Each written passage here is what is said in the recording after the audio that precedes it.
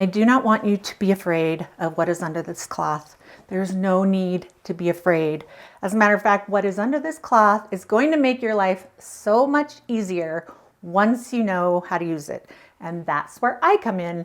I am going to guide you every step of the way and hold your hand as we learn how to use your Instant Pot.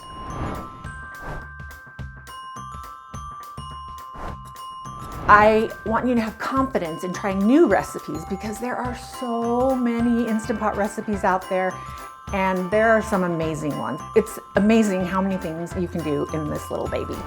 I actually own all 3 sizes because I started out with this one and I realized I needed one for bigger meals and I wanted something that came up to pressure faster.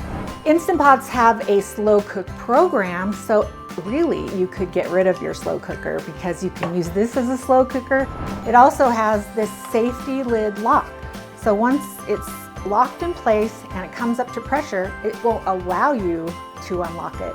There's 3 basic things that you need to consider when cooking something in your Instant Pot. Quickly flip the switch, and you want to stand back because it's going to spit some steam up in the air, but it's nothing to be worried about. You also have your sealing ring, which is a very important part of cooking in your Instant Pot.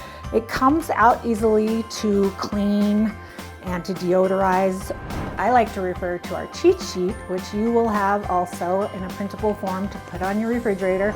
So I'm going to show you how easy it is to make pasta in your Instant Pot. And we're going to release the pressure from the pot. Now this is the part people get scared of because we're doing a quick release and steam's going to shoot out. It's not anything to be afraid of. So much easier than cooking on the stove in a pot. You can cook 2 things at once in one Instant Pot. So in one you could cook your meat or your chicken or fish. In here you can cook potatoes, and they will cook separately but together in one pot. Now that I've shown you how valuable this Instant Pot can be in your kitchen, we want to take good care of it so it lasts a long time. And just that will help to deodorize that sealing ring so it smells fresh as a daisy, and you can go on cooking all the foods you love in your Instant Pot. If you've used it previously and it's still kind of hot, it can expand and it won't, seal properly. That's an easy mistake to make in the beginning. You don't make it much after that. I'm inviting you to my Sunday dinner.